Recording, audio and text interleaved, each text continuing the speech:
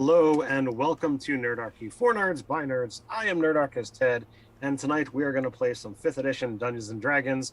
As you can see from up above me, we've got the game Untraditionally Arcane. This is episode 5. This is the Chaos Crew that's been running for a number of years. A fun game. We've been kind of on hiatus due to some scheduling conflict, bad weather, and all kinds of other nasty things that were in the way. Apparently, magic was trying to get the better of us. But we have prevailed. We are back. Before we go any further, you can jump down in the description below. You can find not only the link to Easy Roller Dice and a coupon code to get 20% off, as well as all of the links for all of these wonderful people and where you might be able to find them on the internet. And I'm going to throw all of you the question, do you want me to do the recap because it has been a while, or do you guys want to have a stab at it? All right, everybody's pointing at me. Great. So the quest that all of these somewhat apprentice-style wizards have been up to is to head out into the wild world and find these rare locations that hold the essence of each of the 8 schools of magic. For, as the name implies, untraditionally arcane, none of the players in this game are of the 8 schools of magic. They're all off into interesting and fun wizard traditions. They have traversed to a village that one of our players has dubbed Riverside, contact with a group of villagers that hold the key to where the Seeing Stone is, the shrine for divination. But in order to gain access to it, they had to prove their worth, and in so doing, have gone up against a tribe of goblinoids and an evil shaman who had actually, through one of its bizarre rituals, had actually claimed a small piece of one of our characters' souls, which, upon defeating, Chesseline found it and promptly drank it without trying to purify the darkness within. And that's where we ended last time, with you guys at this little hut, having claimed, the rewards and prepared off towards the village of Riverside. To our players, and tonight we've actually got a new producer because of, again, weather difficulties. So I will throw it to V first. I said buy me some time. I didn't mean get me going right now. Oh, sorry. No, it's totally okay. I was just doing like some last minute things. Hi everyone, I am V Muse. You've probably seen me floating around the interwebs as V Muse. Ha! And tonight I am playing Speranza di Sogni, the Graviturgy wizard, and I'm very much looking forward to getting back into this little darling halfling, to say the very least. All right, who are you throwing it to? Oh, I have to pick two? Aw, Robin. Okay. Hello, I am author Robin Miller. My most recent book was Torchlighters. You should totally go read it. And tonight I will be playing Chesseline, Drow Bladesinger. I'm the one who drank my soul, not being careful. Let's continue going Widdershins here and throw it to Joshua. Asa. I'm sorry, your character's name is bigger on the screen. That's okay. I almost was like, oh, Jake, it's your turn. Well, I'm Joshua. I'm a Tiefling onomancer. I'm all about names and stuff. And I'm not sure I'm going to remember how to do Joshua's voice. That's about it. Yeah, That's okay. about it. Worried Winnie the Pooh. Okay. All right. Well, it leaves us with Jake. So who you playing, man? I am Jake, also known as @MTD_Jake on Twitter. Mini Terrain domain is probably where you've seen me on Twitch, where I run the Monday Night Scribes and Scrolls, the Candlekeep Mysteries campaign, a new D&D campaign, and our flagship game featuring both V and Ted, amongst many other wonderful players, the Dawnbringers, on Thursday nights at 8:30 p.m. Eastern. I am playing Holdo Wonderbeard, the dwarven beardomancer, who takes great pride in his ability to craft not only his own beard, but the hair and beard of others should they let him. I also almost forgot what Odo sounded like. Ordo Wonderbeard is a wonderful wonderful beardomancer, and love seeing him on the channel, as well as all of the other great characters that we have here. So without further ado, why don't we dive on in, and we'll pick up right where we left off last time with you guys in the hut of this goblin shaman. Before we do, can I call something out? Oh, by all means. Did Nerdarchy recently produce a Fardomancer? I don't know anything about a fardomancer. I got an email that was something to do with fart something or other, and I had questions, but I didn't read the email. I Questions too. I don't know anything about that.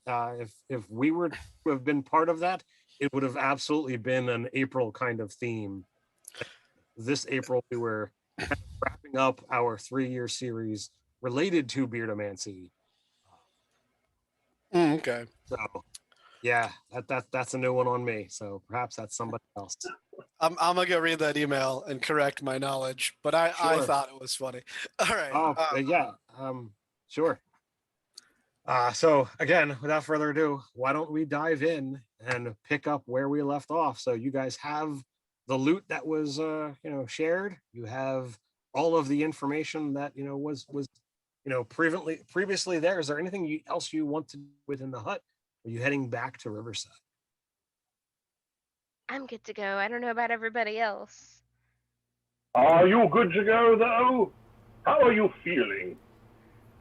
I mean, honestly, just fine. It was a little bit spicy, but, I've met me. I'm not surprised by that.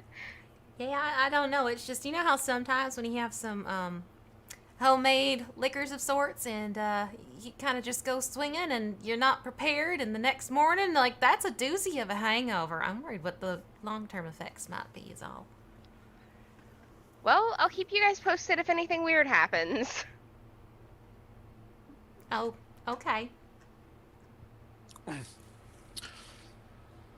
So on the journey back, you all have the ability to reflect on all of the oddities that this place seems to have. Not only is there this goblin shaman that kind of come out of nowhere in these conversations, but also the interesting individuals of Riverside. Some humans, a couple of elves, lizard folk, and of course the bizarre leader you had been in contact with. Crap,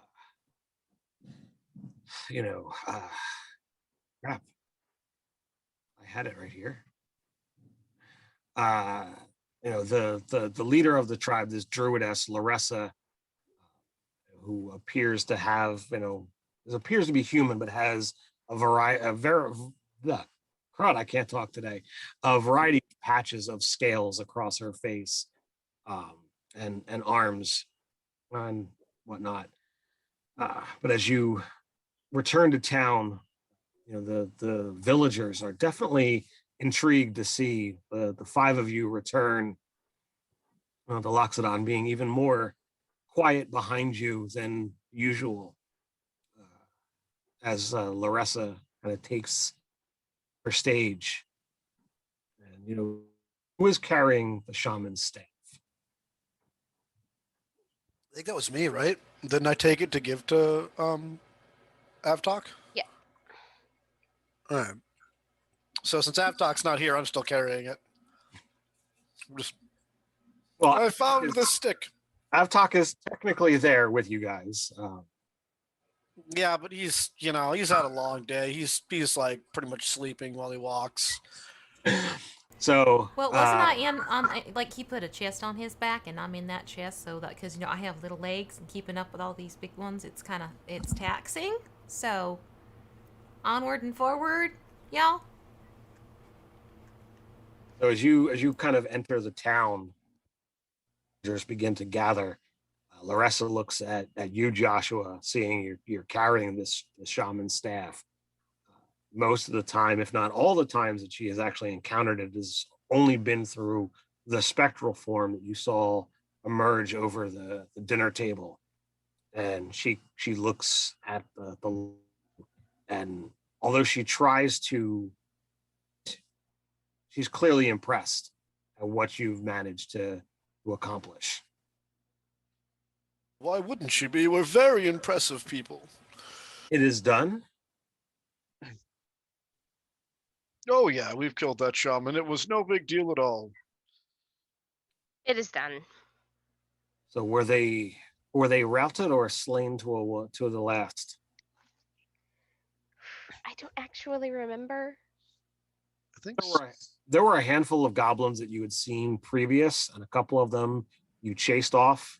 And looking at the battle, there was probably a handful more goblins who got away, but the bulk of what was there, you managed to take out with spell and sword work alike. Well, most of them are dead. There were a couple of scattered goblins in the woods, but you know. we got them all pretty much. Might as well say that. Well, then I will gladly end of the bargain. Say that celebrate this evening, and first thing tomorrow, you can set out and go show you where this shrine is, so that you might do what you came here for. Excellent. So where things were a little bit calmer, everyone seems to be in greater spirits throughout the day. People begin sharing stories, and you can see that the energy level in the town not only is happier because an actual they always gather for meals, but this seems to be more of an actual feast, and just something about the energy is different. It's more than just the celebration. It's as if a weight has been lifted from each of their shoulders. I imagine you have brought back the other vials that you had collected, and when you present them, the druidess definitely takes them, and it's held with a bit of caution and trying to figure out what's what, and as Chesseline didn't do, try to see what could be done to purify before they are returned to those who they once belonged. But the day goes by, you guys are able to rest, relax. Do any of you assist in any of the feast celebration, or do you want to just fast track to? Oh, I know how to celebrate, and I will be indulging in this very much. But I would also like to sneak a glance at Chess. Okay. I want to attempt to extract her name. I want to see if there's anything different now that she has consumed her soul in an awkward way. So you've got to make a DC saving throw, Robin, of... Okay. Where's my DC? What saving throw? Which ability? Oh, I believe it's Wisdom. Okay. And it's a DC, why the hell is it not here? 14.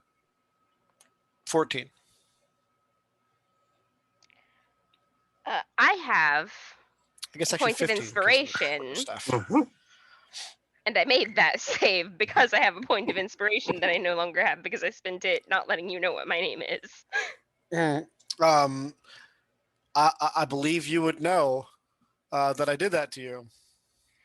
All right, so like I'm gonna like 'Cause make I'd eye asked you. contact. I'm just going to like make eye contact with you, and I'll smile because we're in the middle of a party and this is not the place that you start a fight. I'm gonna walk over with like something that I was just helping to cook, offer you one, like just be like, these are really quite excellent, and then just sort of like lean in real close and be like, if you ever do that again, I'll cut your throat.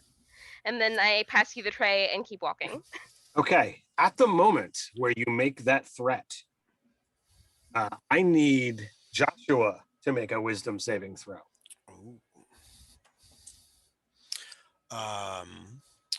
That is a 14. All right.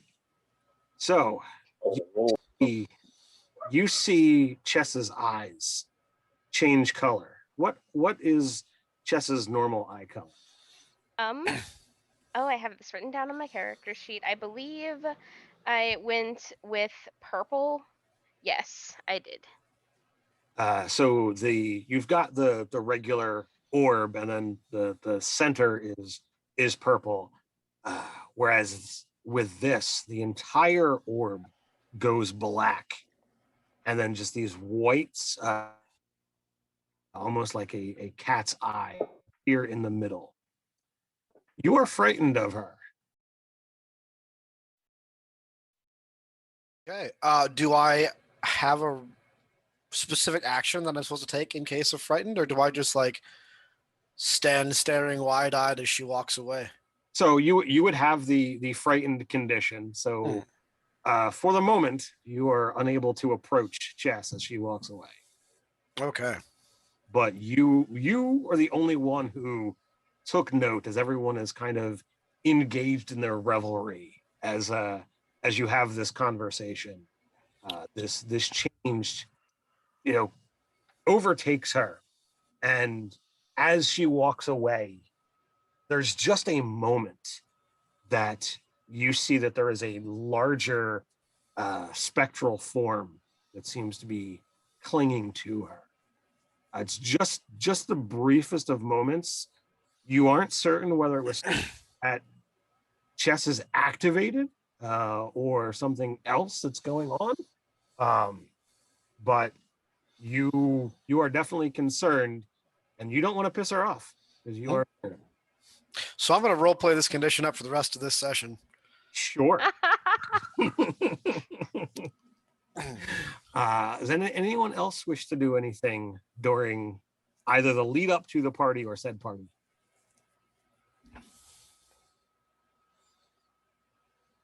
We actually have Jake, because I just see a big smile. That's just what I was looking at. I think Ordo is. Am I frozen? You're frozen, but you're cheerful as can be. There you go. Weird. Okay. I'm just juggling. I'm entertaining kids, but I'm juggling with my beard. Okay. Go ahead and make a performance advantage.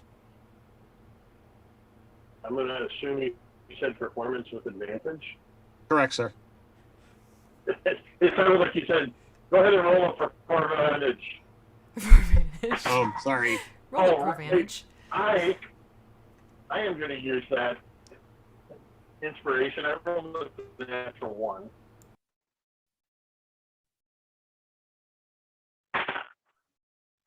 $22. 22. You are an absolute marvel. And not only are the kids enthralled, but you have got a handful of adults who have looked on in absolute awe. Not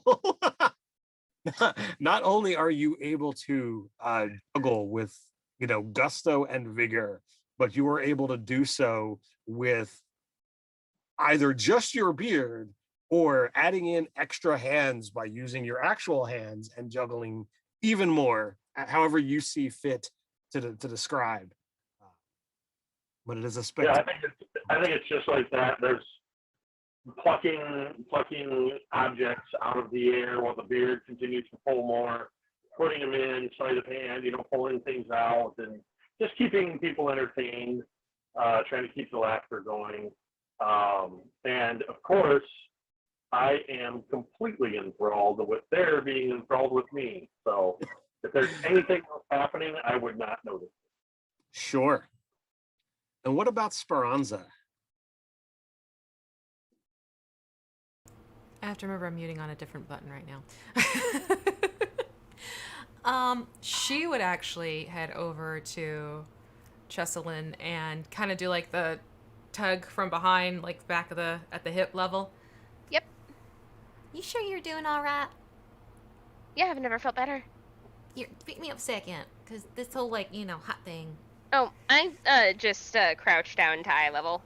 Thank Sorry you. about that. No, that's totally okay. I know sometimes a hot thing, it doesn't really register for everyone else, but for me, staring at a kneecap when you want to have a serious conversation doesn't exactly work too well. It's completely understandable. Look, just promise me if you're starting to feel a little bit off or if things don't seem quite yourself that you'll, I don't know, maybe let me know. Okay. Yeah, I'll let you know if anything weird happens. I feel fine. Okay, I mean, it's not every day, someone who kind of drinks a piece of their soul type of thing, and, unique circumstances, and I'm a little bit of a worry wart. That's all right. I get it. I mean, honestly, it's probably good that one of us is. Well, considering this crew, yeah. I mean, Avtalk's been really quiet. Bless his heart, he's still shipping me around and carrying me, which has been such a relief instead of having to go race after all of you. But hopefully he'll be okay in a day or so, maybe. Anyways, just wanted to check and see. So I'm gonna go. Looks like the kids are having fun, so Okay. I'm gonna go that way. And she'll get her off. And probably looks like one of the kids too, considering her height and their height and everything like that. So she's blending in beautifully. Yeah, and you absolutely do. You can duck into the crowd and enjoy Ordo's performance, or go off and read your book, or however it is that you wish to entertain yourself for the evening. But there are lots of stories, and it's everything you would expect from a typical fisher village.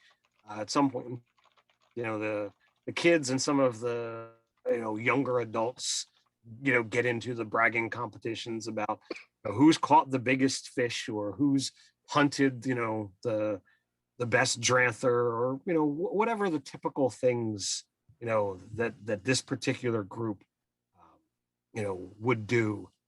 And everyone begins to settle down, and as a typical villager where everybody has to work to maintain, everybody seems to crash, pretty early, which you had seen previously.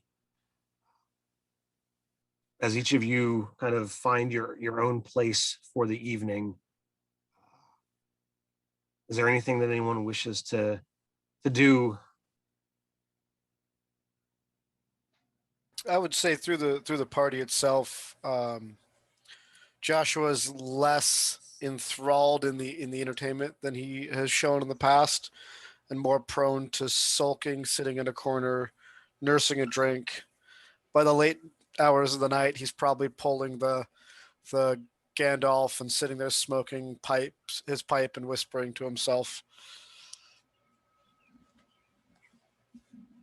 All right. Chessaline, you don't really sleep as you go into your reverie for the evening, but your reverie does not go the way it typically does.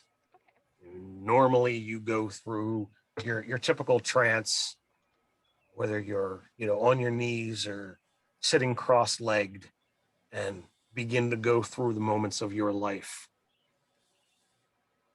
Instead of seeing a wide variety of things, reliving moments, you are drawn to specific things. And at first, it's just a jump through numerous negatively impactful moments in your life.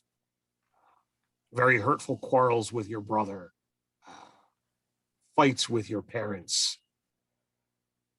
Quickly gets to the moment where you actually had your soul ripped from your body through this goblin shaman. And then it takes you to the moment where there's the first positive thing in your mind, when you've defeated the shaman and you feel the connection with this one vial. And as you bring the vial to your lips and you drink it, instead of the just odd sensation of a slightly weird liquid going down your throat, your body is racked with pain as an image that did not actually transpire begins to go through your head. Your body is thrown to the ground as you convulse, The vial drops to the ground and shatters. You have enough intelligence to know that the ground where this happened was a standard dirt. It wasn't a far enough drop. It was a sturdy enough vial. It should not have shattered, but yet it does. And your body convulses. Your leg begins to grind on this broken glass as pain continues to rack through your body.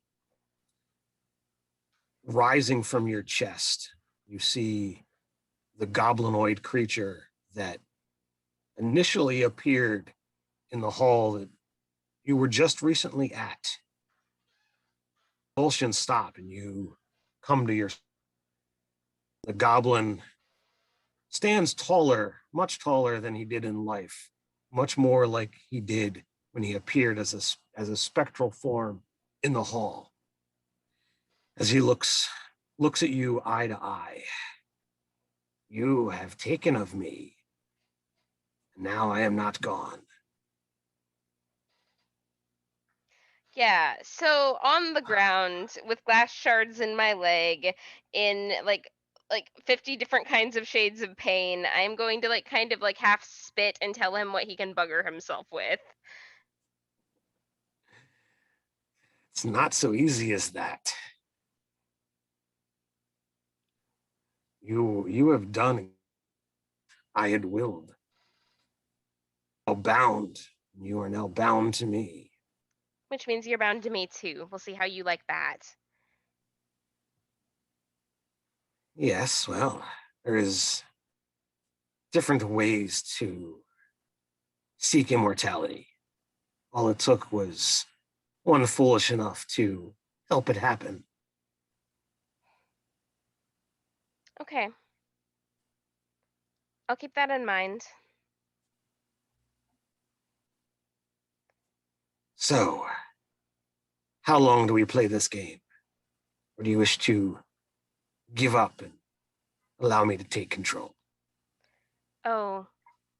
We're playing the game of which is the bigger fish and who eats who? Okay, this is gonna be fun. Struggle.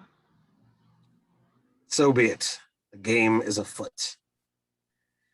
And since you used your inspiration on Yep. stopping Joshua's getting your name, Oh, I so did. I am going to need a wisdom save. And now, those who are out there in It's player okay, land, I nat 20'd.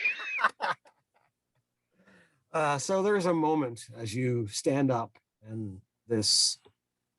How tall are you? Like 5'5", not super tall. All right. Well, that's still, still taller than a normal goblin. So this goblin in his spectral form is exactly your height. So you are locked eye to eye, and there is a moment as your two wills are pushed up against each other. And as he pushes and you push back, the spectral form reels back and is visibly moved. And you can see that it took quite a bit of effort as he steps back and is panting. Well, this will be the dance each night. Enjoy. I will. And as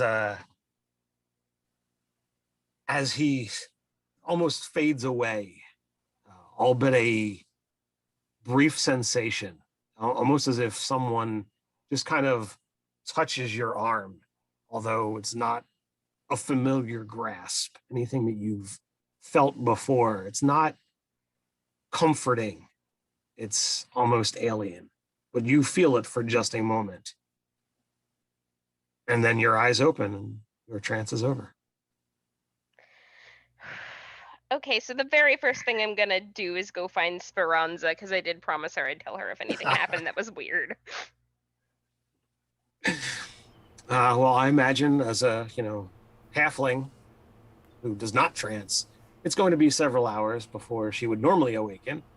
Oh, But okay. That's okay in that case. She can go ahead and sleep. I'm gonna write a letter really fast and just like use that to eat up the time between now and Speranza waking up.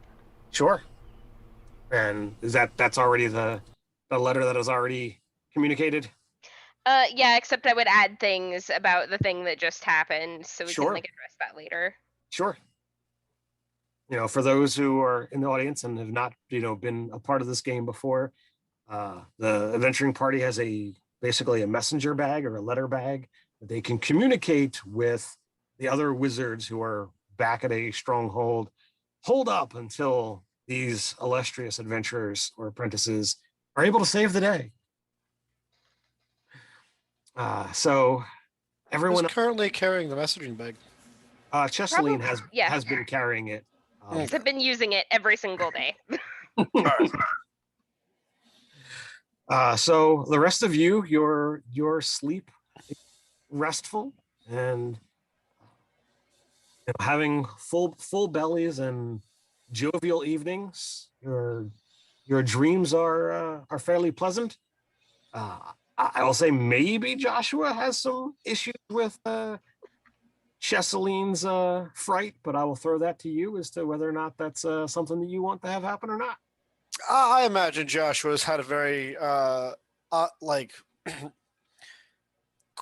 interrupted night of sleep. He probably woke up every few hours, just like in a sharp like gasp of fear, sweating profusely, and then is able to fall asleep uneasily after 20 minutes of just laying there. But He doesn't remember his dreams. sure. Dawn arises. Joshua realizes that his bedroll is soaked and he's somewhat dehydrated. Jesseline is, whatever shade that she can. As, the sun is not the thing that makes her happy, but the moonlight. But we've got Avtok, who is up and helping make breakfast for everyone. What are Speranza and Ordo doing as they awake? Well, she's just a chaos of bright red curly hair when she wakes up. So really, like, she sits up and it's like this tumbleweed more than it is halfling. So she's probably going to spend a few minutes just like trying to get her hair basically under control. And first thing she'll do is she's going to like little homing device that she goes into. She'll be looking for Chessaline. Yeah.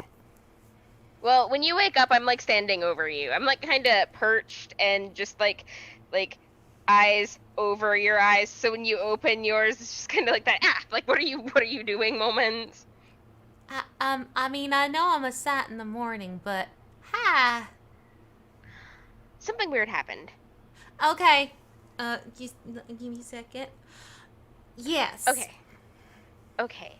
So, I think he left a shard of his soul in my soul, and now he's like talking to me in my dreams, and I've got it right now, but like that was not restful trends. That was seeing every bad thing that ever happened to me trends, and I have concerns. Concerns. Yeah, that's a good word for it, honey, because, I mean, you basically have like a hitchhiker in your body right now. Yeah, my thoughts are as follows. I either find a way to drive him out or I devour him. I'm not sure which of those is going to be easier. I mean, this might be something. I don't have experience with this. I mean, I know I come off as a know-it-all, but in this case, I don't know anything. Well, somebody needed to know just in case something Yeah. happens, because we still need to do the divining thing, and then we're gonna go back to the wizards, and the wizards probably do know. Right. So, if I start hearing you talking to yourself and there's no one answering that I can hear, does that mean that you're having a little meeting Yeah, of the mind? yes, but in the mind? I don't think I have to talk to him out loud. Okay. Should I? Maybe if you think it's something where you need assistance, start talking out loud and I'll take it as a signal. Okay. Sounds good to me. Okay. like maybe we should have like a safety word or like a password or I don't know, like a code. That's a good one. Oh, trust passwords, just so that you can make sure it's me. Because if it's not me, then you're gonna have to kill me. That would be a shame. It really would be. Yeah, I like you. Don't like who's also coming along for a ride, but you're fun. Not them so much. Let's go with avocado. Avocado. Yeah. Okay, that's easy enough to remember. I like those, especially on toast in the morning. Oh, I need breakfast. Let's get breakfast. Yeah. So sadly, there's no avocado here. But, you know, I don't know how often you're going to find avocado in a swamp.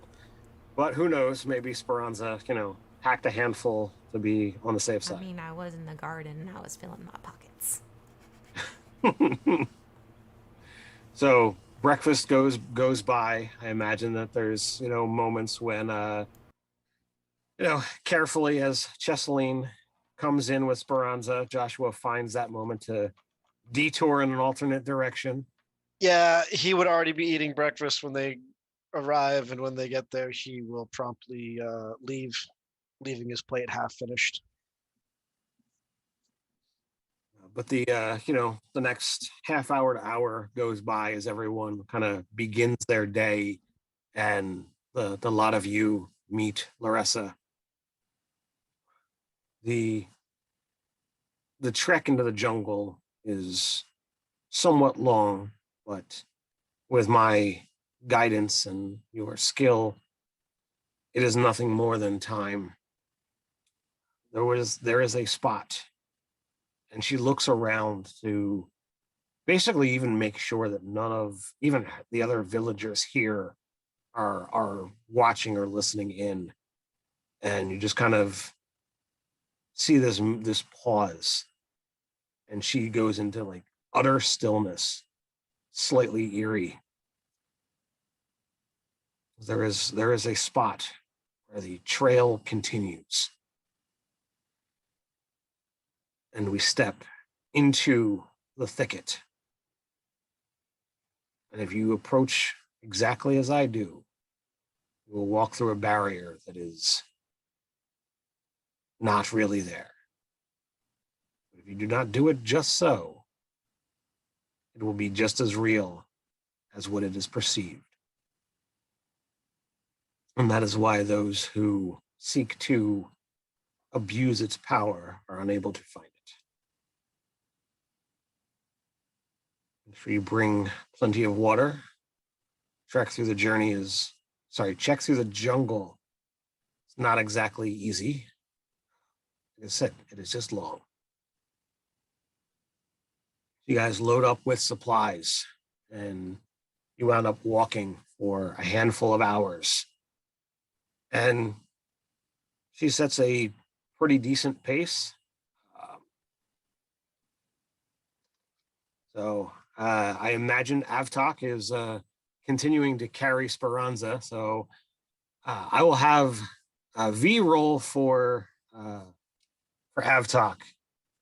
I will need all of you to go ahead and make a constant.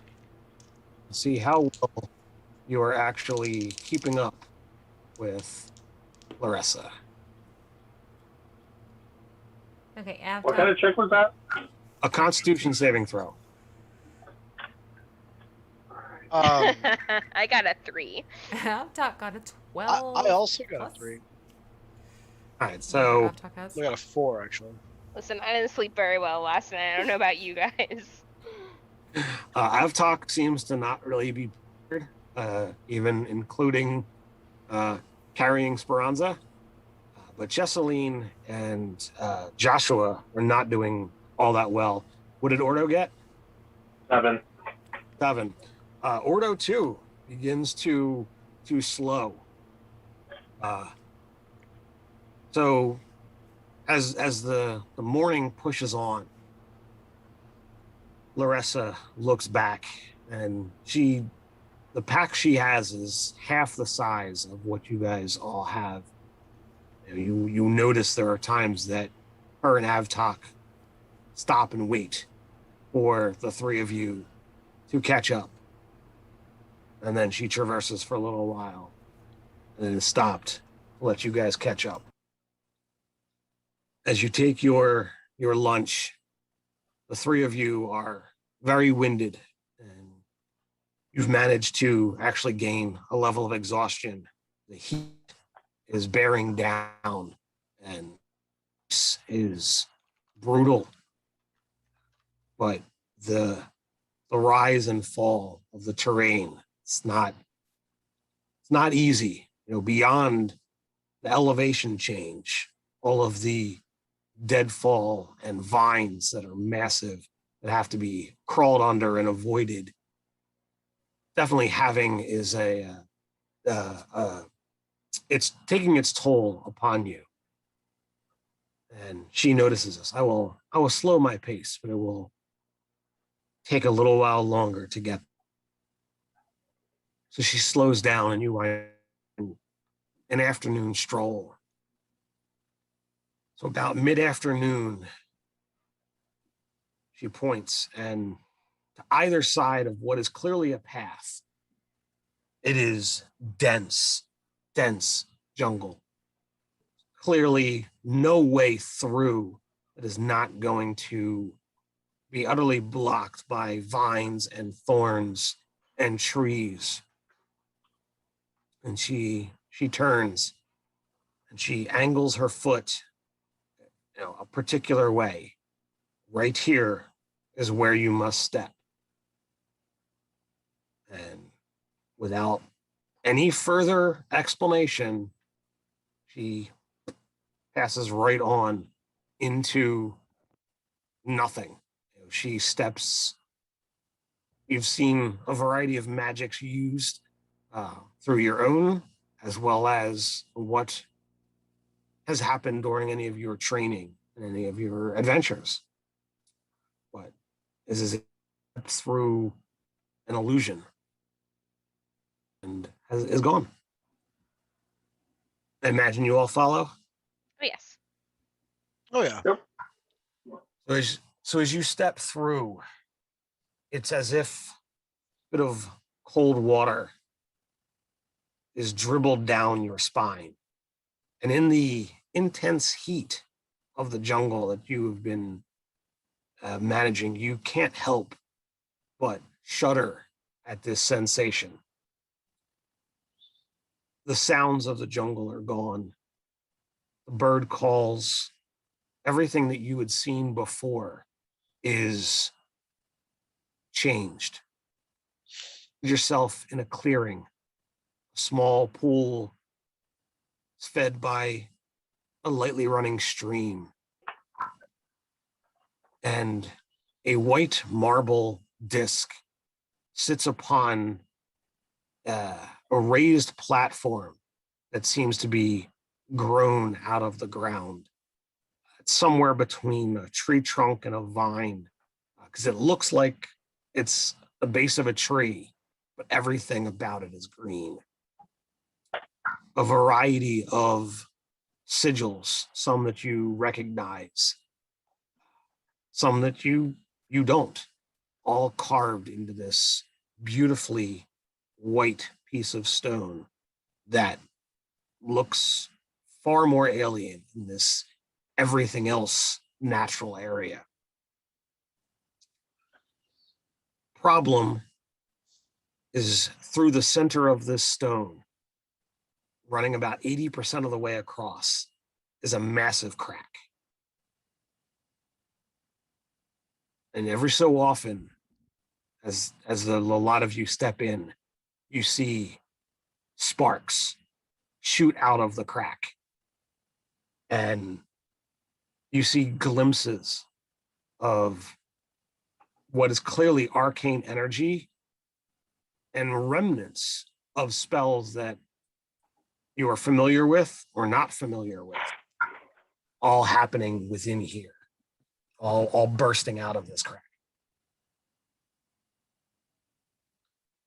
Larissa doesn't get within 15 feet of the thing, but you can see her kind of over at the pool of water, supping a drink, running the water over her head and down her back to cool herself off. Well, as promised, here is the shrine. Its power is great. Not been here in quite some time, but it did not look like this when last I was here. What did it look like? Everything minus the crack. So does it look like somebody is just like taking a chunk out of it, or does it look like it's just fissured? Fissured. Okay. Well, my first impulse would be to try and push the halves back together.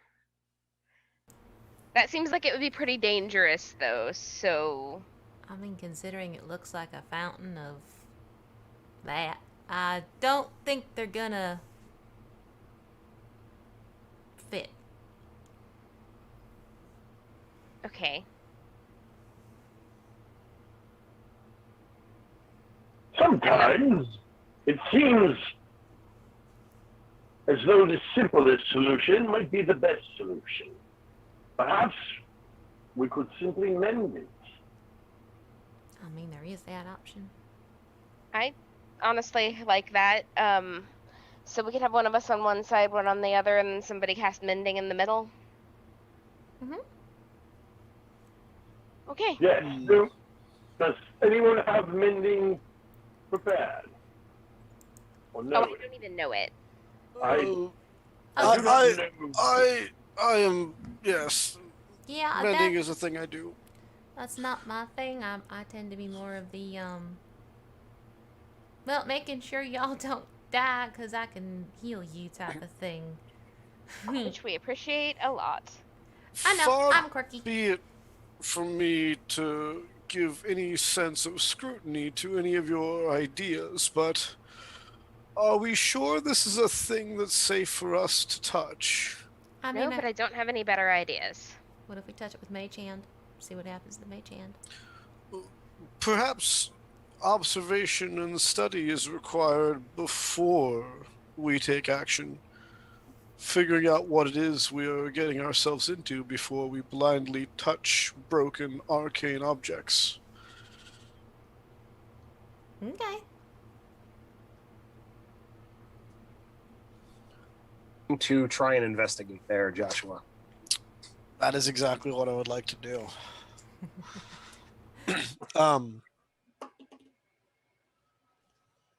And my investigation is a 23. All right. So what are you doing with your investigator? Are you just observing? Are you like walking around it trying to? Well, okay, so my number wouldn't change, but could Right. I change that from investigation to arcana? It's the same roll either way. Sure. But I think in this case more of like observing, because you said spells or spell energy had been coming out of this crack that we recognized. So with that roll of a 23, you can ascertain a variety of the spells that come out. You're able to deduce because you've seen them cast or at least studied magic enough to know different divination spells. Everything that's kind of bouncing out of the crack, you can again deduce is some kind of divination spell. Okay. Like you're watching fireballs or lightning bolts shooting out of it in media form. It's all things, scrying and future related, things that you would have had a hand in seeing and what have you. So clearly everything that's coming out of this crack is divination magic gone wrong or gone to a wrong target, being subverted into this place as opposed to where it should be going. I'll look at the group and say, I see mostly divination magic coming out of this. I would venture a guess that whatever we would subject ourselves to by touching the stone would be of that nature. That being said, I know some of us like to keep our secrets close to the chest. So I am more than happy to volunteer to attempt to move one side of this stone. Yeah, but you're the only one that knows how to cast mending. Well, then I guess I have two other people have to do nothing. it. I have nothing to hide, and would not be averse if this were to divine some great secrets that I had. I shall volunteer to touch the stone. It's a worthy cause. But we should, of course, exercise some degree of caution, as I am going to just very slowly and carefully touch a single finger to the stone. Okay. So as you reach down and touch the stone, it feels cold. It feels cool to the touch, like a stone that you would pull out of a running riverbed. As your finger touches, the canopy overhead plays almost like a movie screen. And all of you see a vision of some possible future for Ordo. So without, going into, credible detail, one of the two visions that you've prepared or are ready to do on the spot, please share a potential future for.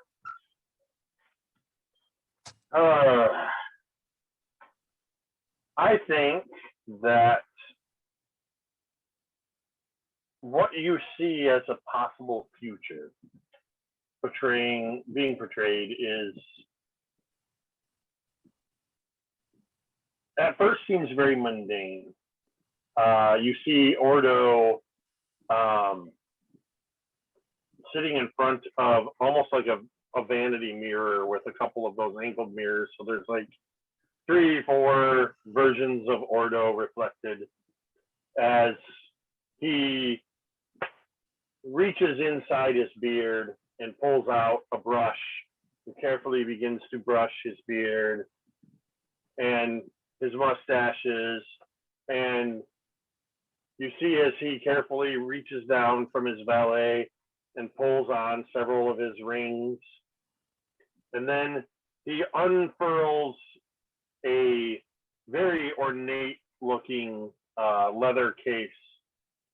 And within it are multiple pairs of gleaming, shining scissors and trimmers and combs and the tools of his trade. He sees that everything is in order, rolls it back up, takes one last look in the mirror, turns,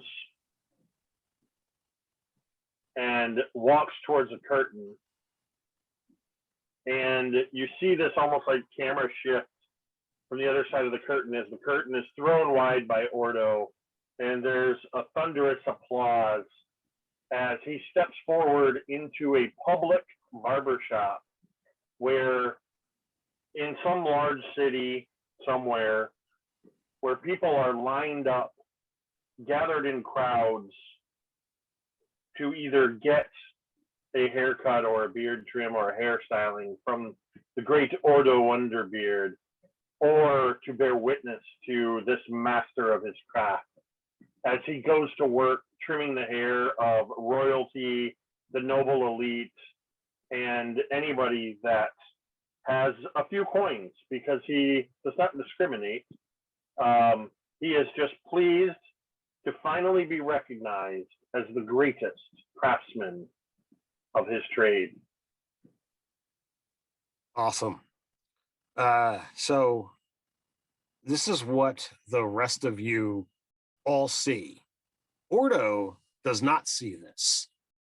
Ordo, you have the sense that while the stone is cold, there is a presence. It is weak, and you hear called to you in Dwarven with a ancient dialect. you only barely are able to understand it as the accent is so thick. But the plea for help, the call for some kind of action it's not overwhelming, but you find that now that you've touched and you've gotten some kind of contact, it's not easy to wind up trying to pull away should you have the thought to try and do so.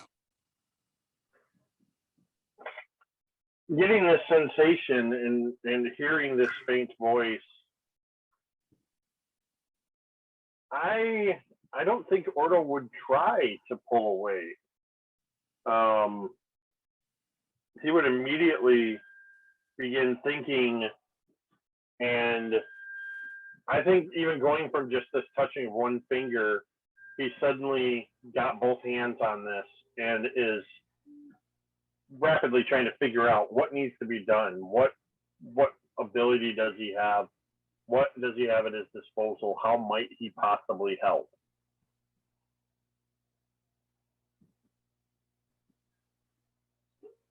So the rest of you see Ordo go. This thing is quite large. There is clearly enough space for the 5 of you and more to be able to get around this thing, put hands on it, should you so desire. But you see Ordo go from this simple, I'm just going to barely touch it, to, some kind of concerned look cross his face as he puts both hands and even probably leans in a little, maybe even instinctually, hand comes up and touches as well. And we'll pause on Ordo for a moment. What do the rest of you do? I'll take up the other side. So as Chessaline sees this, she circles this large stone and place, a hand or two upon it. And while Ordo, you are touching the stone, the sensation of this other presence is fleeting for just a moment, and you are able to, you don't withdraw from the stone, but you do see what the others see. Same sensation that Ordo got, so does Chessaline. Why don't you share one of your visions? Chess stands back to back with her brother, Elinray, surrounded by enemies shrouded in shadow. They're casting spells in between slinging blades, and halfway through the fight, one of Elinray's spells fizzles out and dies. Not long after, Chess loses a spell as well. The magic frays, like it has been fraying, like it will continue to fray if we fail. It is clear they are about to become overwhelmed, but they continue to fight to their last breath. One by one, the blades of your enemies sink into you and your brother's body as you slump down. But, you get this sensation of this other presence. Cold stone seems to come to you as, is this something dying here, or is the stone naturally cold? You are uncertain.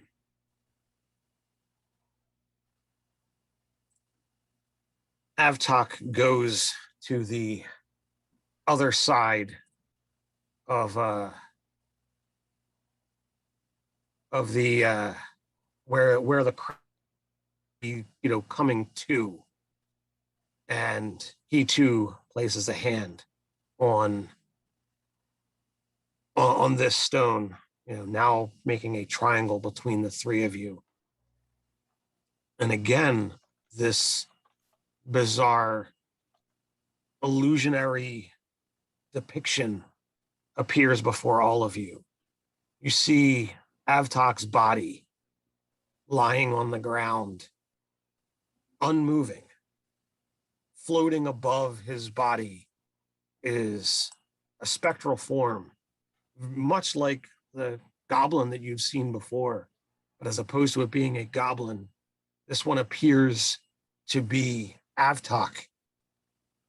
As it slowly sinks back down, you see it kind of crawl in and diminish as it's going through a hole that is in the side of Avtok's head. As he sits up and breathes, and while you're not quite certain, you feel like it is the first real breath that Avtok has taken in a long time. Frag says touch it with the trunk. Well, then he can, reach out and touch with the trunk instead of with his hands. Have they pushed the rock close enough that I feel like I could cast Mend on it? So the fissure that's there is much larger than what a Mend spell typically does. Yeah. But it is certainly a theory, and But we're gonna give it a try. I'll watching these visions just go and then I'll I will turn to Speranza and say, I believe I have an inkling of what these divinations are showing.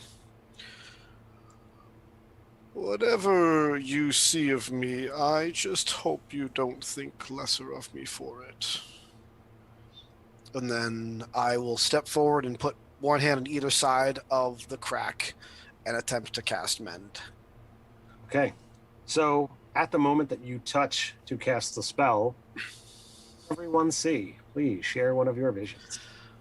There is a long table in a lavished room, full of all kinds of foods. Surrounding the table are 8 tiefling.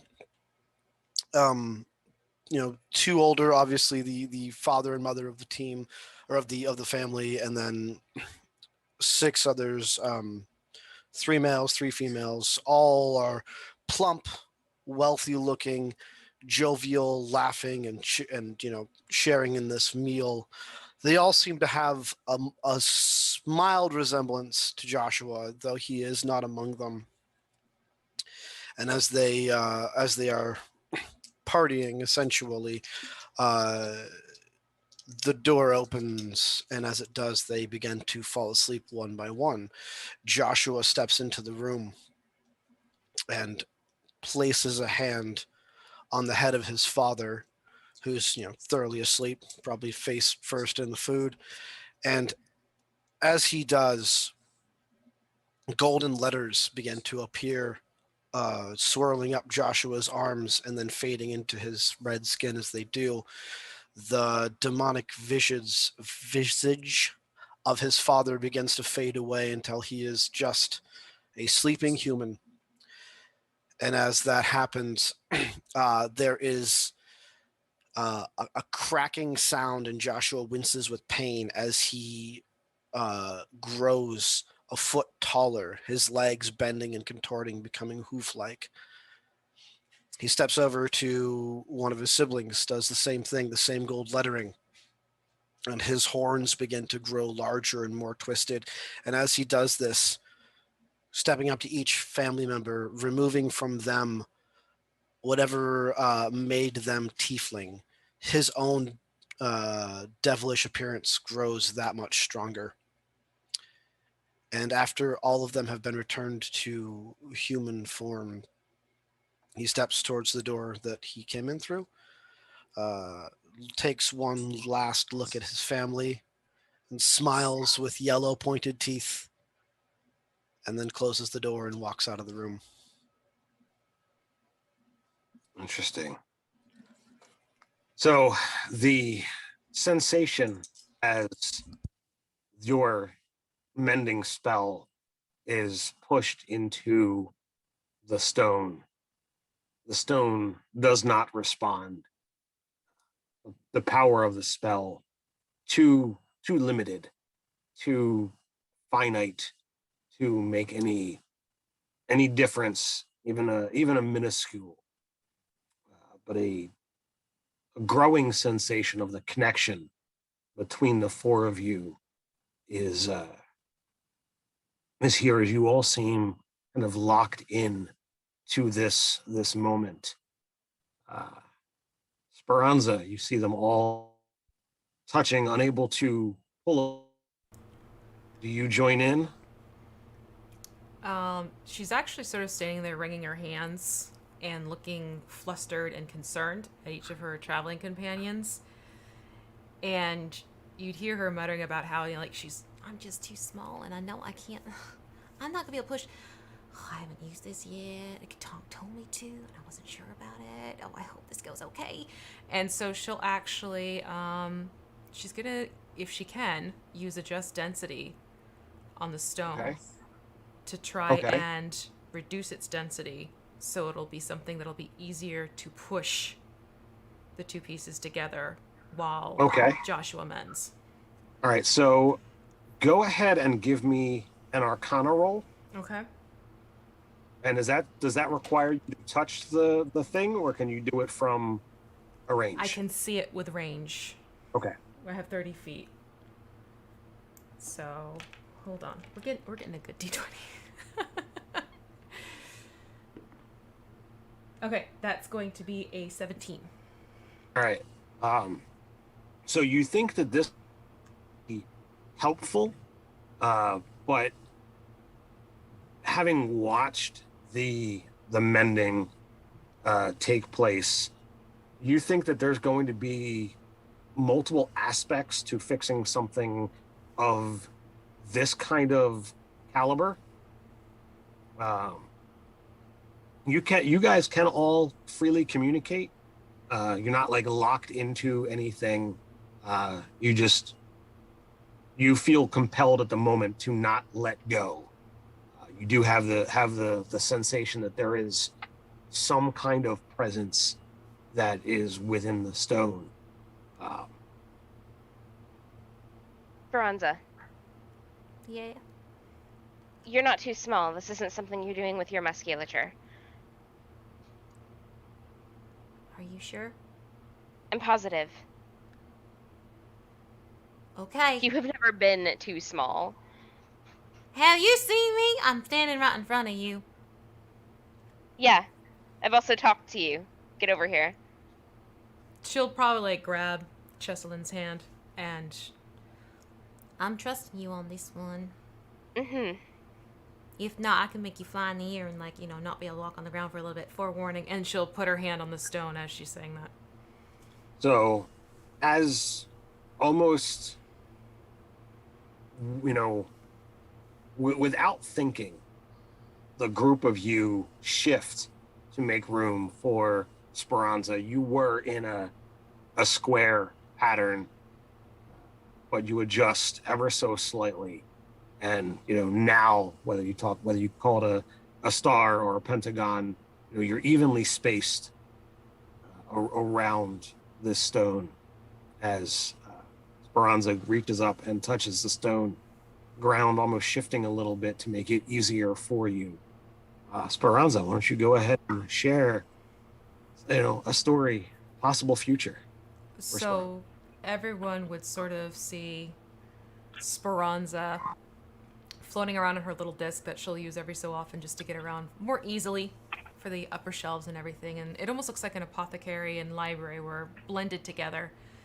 And you can see that at her temples, the bright red hair is taken on these silver tones as it trails down her shoulders. And, you know, part of it's half up in buns, some of it's braided, and it's just the type of thing where there's pens, there's feathers, there's just objects stuck in her hair, almost as if that's her way of carrying things.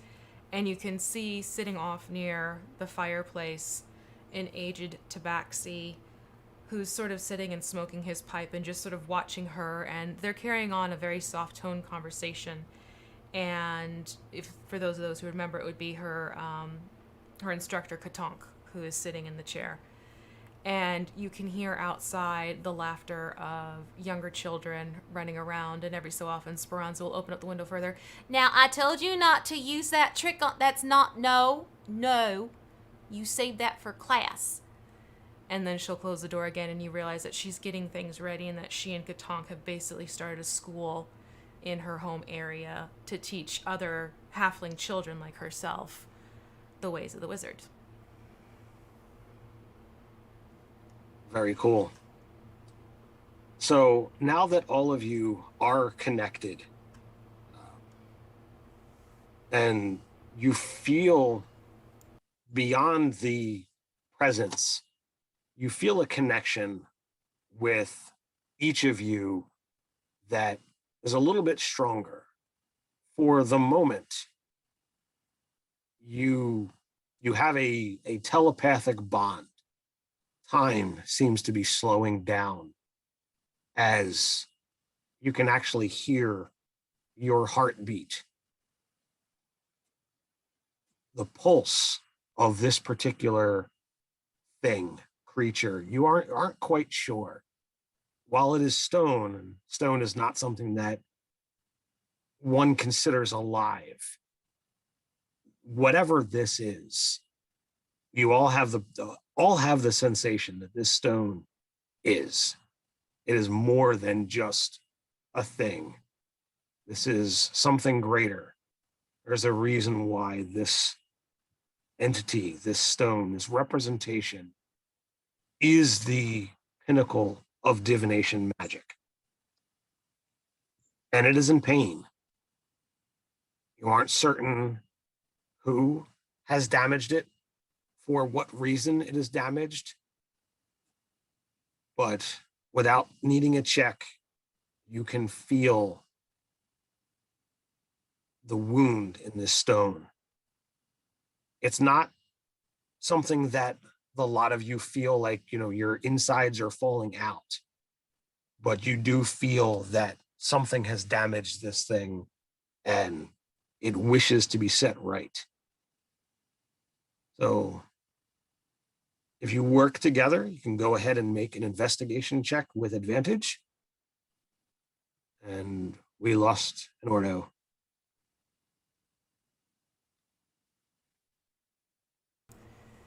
Back, but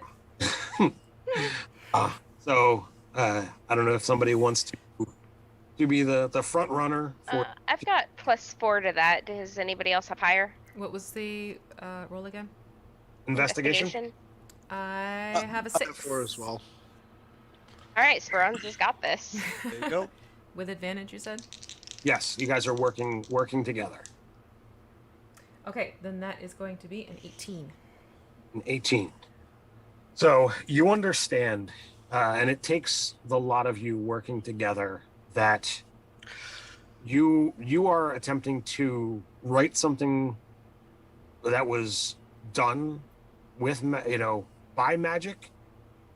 So the best way to undo it would be with magic. So there's going to be a sequence. Use Hana to kind of represent you attempting to fix this.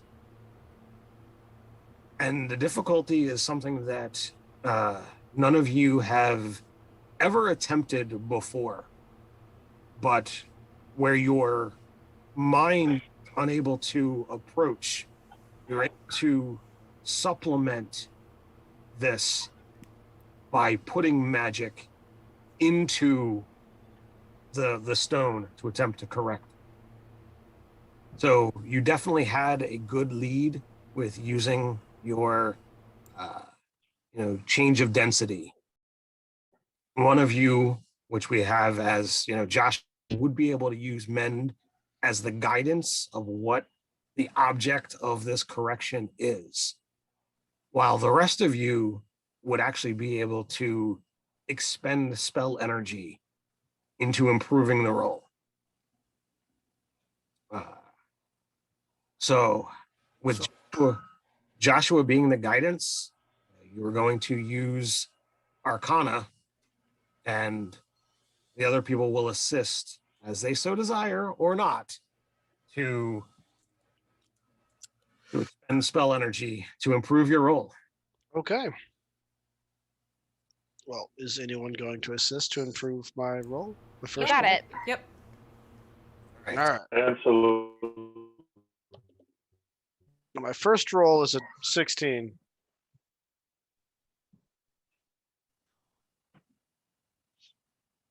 Uh-oh. Did I just... Nope. We frozen? Are we okay? Yeah. Yep, sorry. All right. Okay. So I think it's- you have a total of a 16, Yep. and then Speranza, you are using your lesser density. Yeah, the Right. adjust density to make it lesser. So that is going to increase the amount of spell power. I don't know why. The character sheet that I have for Avtok is not of the correct level. So he does not have any second level spells on this particular sheet. So that is going, the lesser density is going to increase the amount of effect that these spells put into the magic and how it'll adjust. So I'll go to Chessaline. What spell slots are you adding into this check? Well, am I allowed to like dump more than one level 1 spell slot? You can dump as much or as little. You don't know how many checks this is going to take, or even your DC is at the moment. Okay. All right, let's go with 2. 2 first levels. Yes. Okay. All right. Ordo, are you dumping any spell energy into this particular check? Yes, I will dump all 4 first level spell slots. Nice. So that is.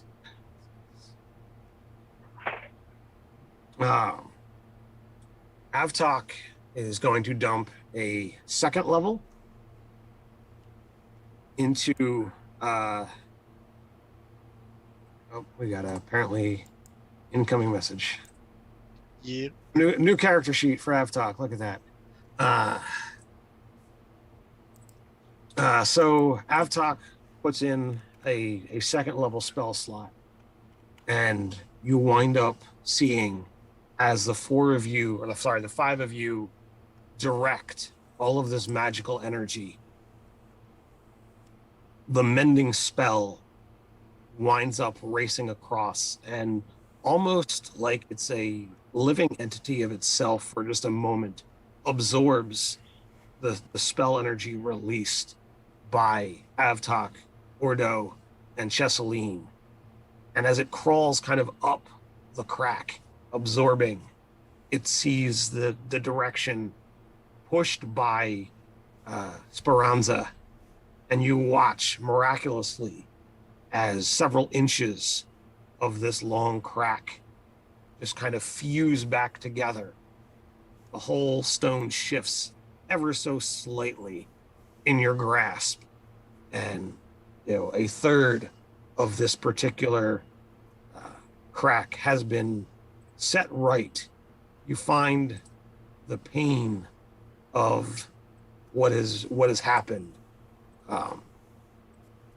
seems to be less than what it was before, as this wave of intense emotion comes across all of you. While there is still some aspect of pain, there is still a sense of relief, as if someone who has not had a drink in some time finally has had some of their thirst quenched.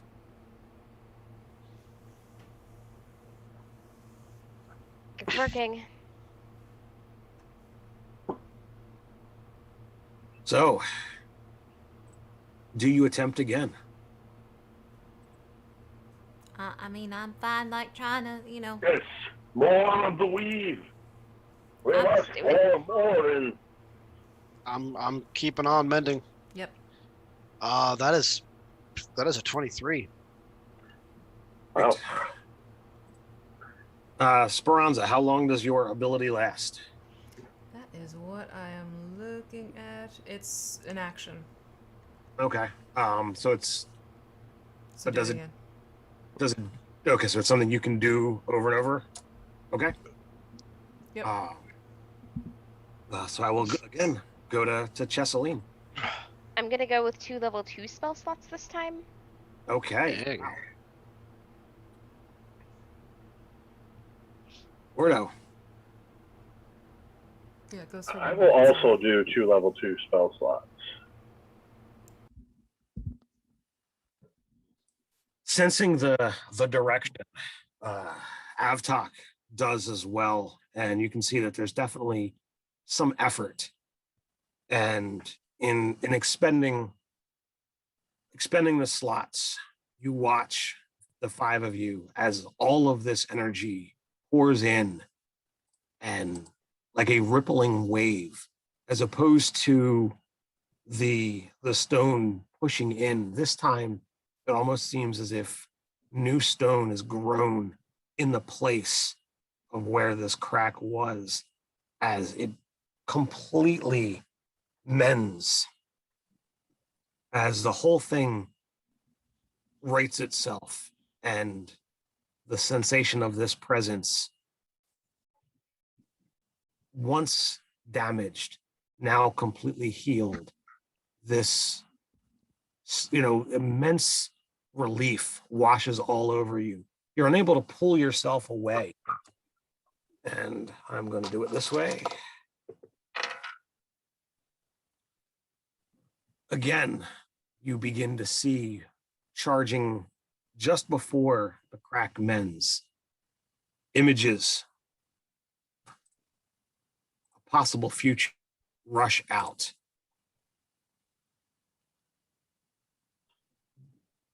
Unlike before, like before, where this spectral form of Avtok floated above his body. This time, see the spirit, this spectral vision of himself floating above. The head has a much larger wound. A shadow seems to dart as if it was fleeing the body. The spirit hovers for a while, looking down, sullen, distraught, as it just watches, lingering, unable to move forward, unable to move away. You get this sensation that a vast amount of time passes as the body begins to decay and the spirit continues to watch.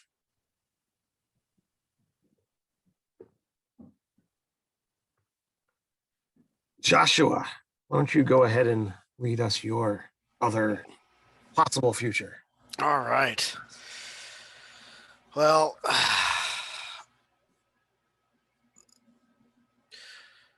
where does this one start? This one starts with the frail old man that usually is accompanying Joshua. he he calls in a booming, mighty voice a name, bringing forth a gate, and he beckons Joshua to follow the 2 men, step through this gate, and enter the plains of Avernus, where the being whose name he had called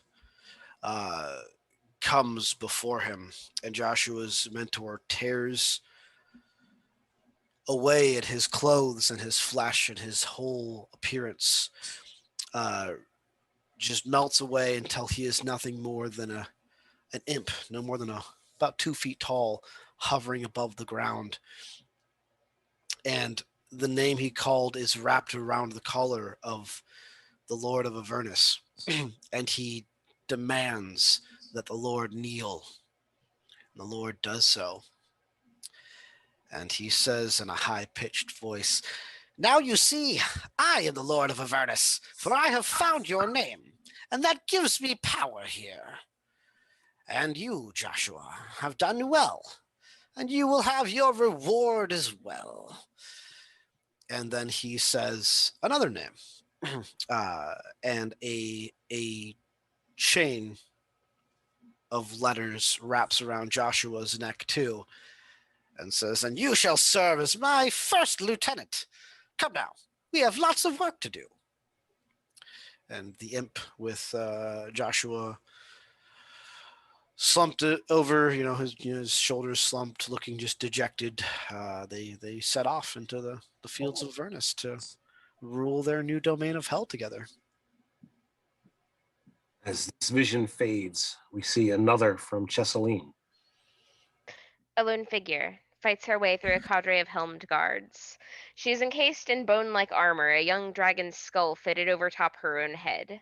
Almost as soon as each body hits the ground, she curls her fingers of her free hand, and it rises again, and one after another the fallen are added to her weapons. When the last man falls, she removes the skull to reveal chests, looking up at the walls of a great stone keep adorned with spikes. A challenge is plainly written in her eyes that are markedly still their usual violet. As this one fades, we see another from Ordo.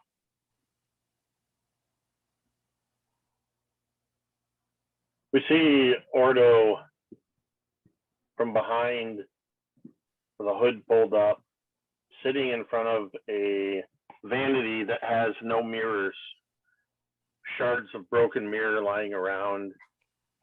He reaches to a valet where there's only one ring, a tarnished silver ring that he pulls onto a single shaking finger. His shaking hands unfurl the worn leather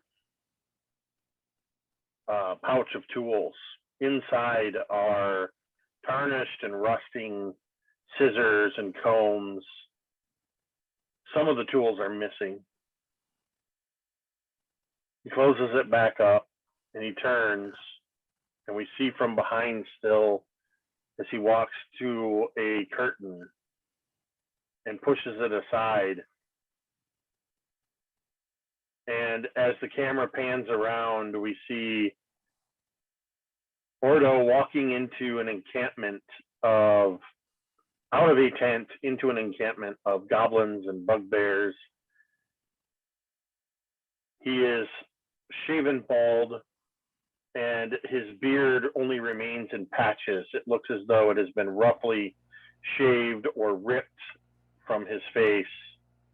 And as he steps forward, you hear the clinking of chains as he is shackled at the legs. And goblins prod him with spears as they lead him forward as the goblin and bugbear horde moves on to who knows where, with Ordo as a captor, or captured, I should say.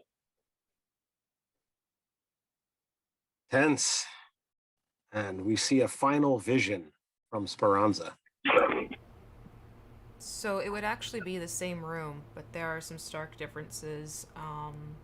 There isn't a fire in the fireplace. The windows aren't bright and open. They're actually boarded up in some sections and locked shut, every last one.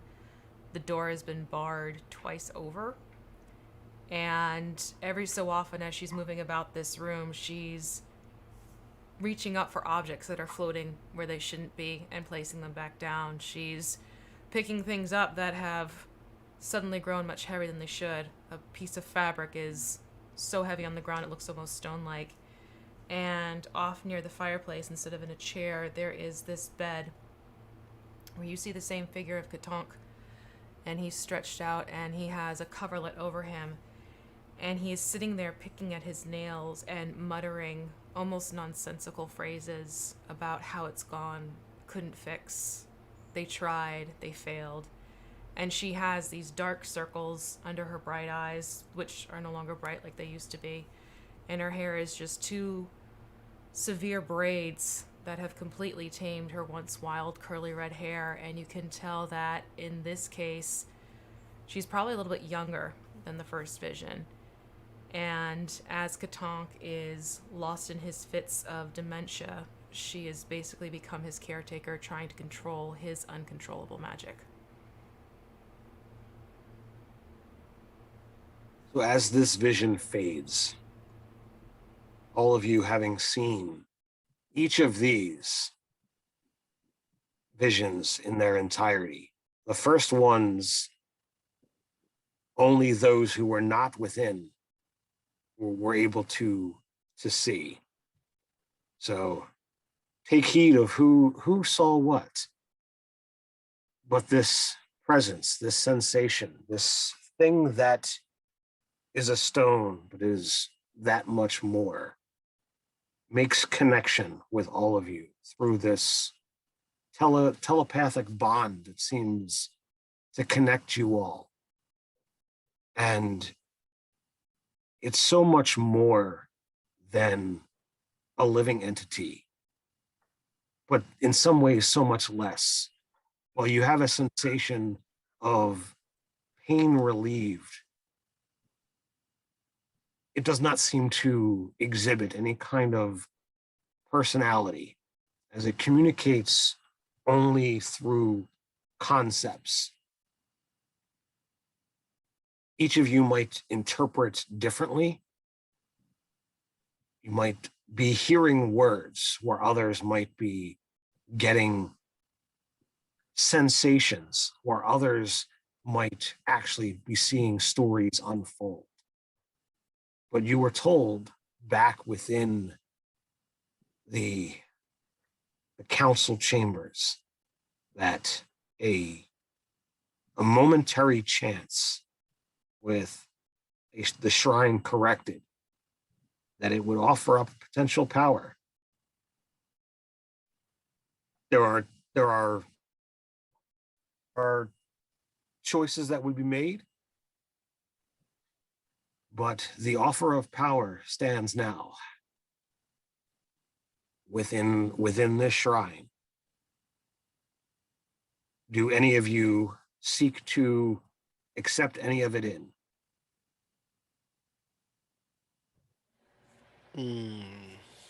So as Chesseline denies, there is no sensation of disappointment or anything, but you feel your connection to the shrine end, and a moat of energy leaves the shrine with you. Go ahead and roll a d20. Okay. 13. You have a 13 for however long that you can switch out for any future roll. Oh, heck yeah. It's not require an action, but it is use it once and it is gone. So Chesseline removes her hands from the shrine.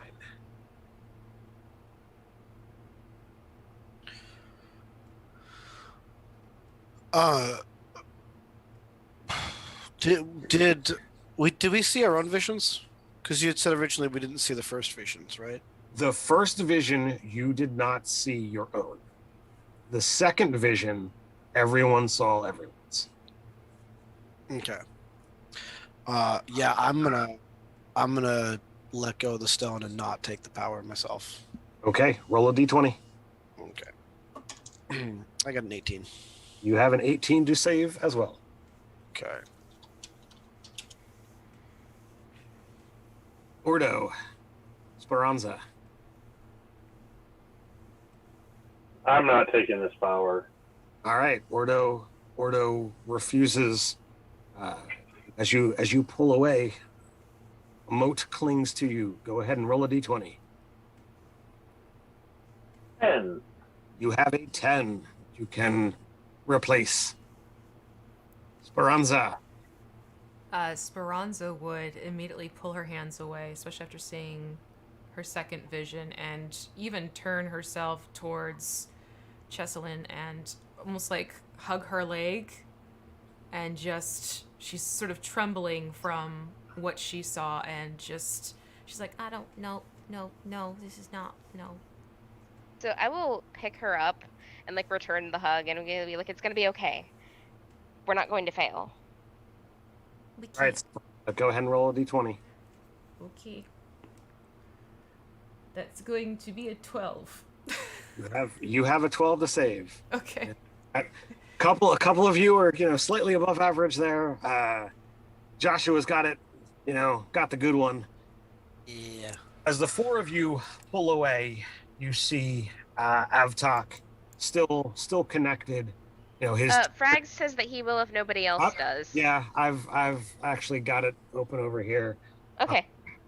So he's beyond his trunk connected. He's got and as the pulls away, he looks around, and you just see this wash of white light come across, and for just the briefest of moments, the purity, the pure white of this particular stone diminishes as you watch Avtok glow, and it's not quite the sun, but he is producing more light than a light spell if his entire body was the focus of it.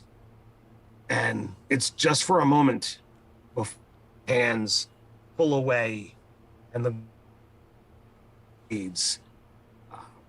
But clearly there was definitely a different interaction between Avtok and the stone than the rest of you guys.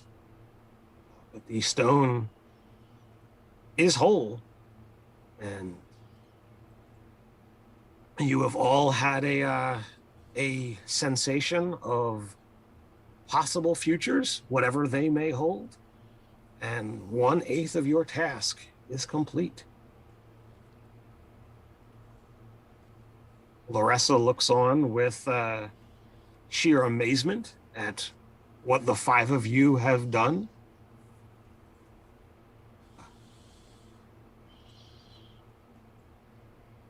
Oh no, that wasn't so hard.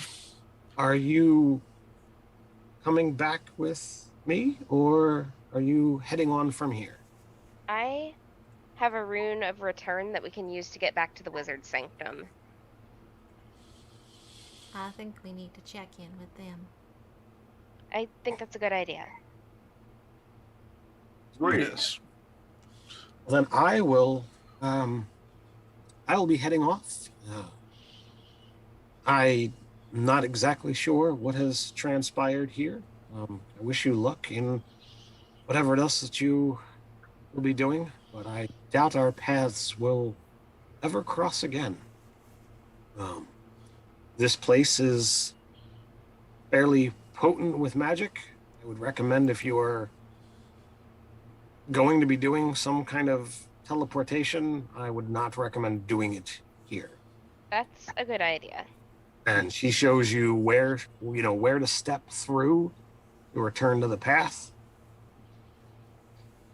Actually winds up waiting for a few moments to see if you come out before she begins trekking down the trail herself, back towards Riverside.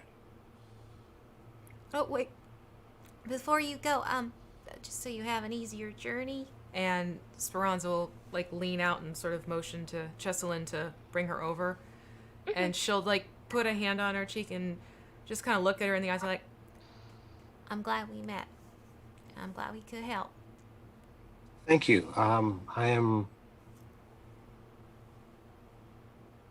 being the caretaker of this place and not having a whole lot of power. It is quite a burden. You have done much for the people of this village. Perhaps this village will have a better chance to grow through your actions. Well, let this lighten your load for a little bit at least. and she'll actually lighten her density so that she'll be able to travel faster and get back. Well, she winds up, when she does leave, you can see that there's much more of a spring in her step, and she is walking much faster than she would have been. Awesome. As you guys activate your rune of return, even though it's a little bit early, I think that's a fabulous ending point. Mm-hmm. we'll be able to pick up next time with you guys safe and sound in the Wizard Sanctum, getting ready to start your next leg of your journey as 5th level characters. And we'll go from there. So Snifty. everybody who's been watching or will watch in the future, thanks for coming along on this ride. Hopefully, some of the next legs will be a lot shorter session lengths, because if it's going to take 5 episodes per thing, this is gonna be a while. Right. We're figuring this out as we go, and we're having a lot of fun. So it's gonna be. Mm-hmm. So as a reminder, you can always check out the link down in the description below to find all of these lovely people, as well as the sponsor for our game, Easy Roller Dice. That tagline of whether it's your first set of dice or whether it's your last set of dice, or first set of dice or 100th set of dice, Easy Roller Dice for all your dice rolling needs. There are dice of choice, so check them out, give them some love, and absolutely follow these guys. On all the different social medias. Check out their streams, check out the things that they do, read their books, and poke Frag if you ever see him. Whatever. So until next time. Stay Stay nerdy. Energy.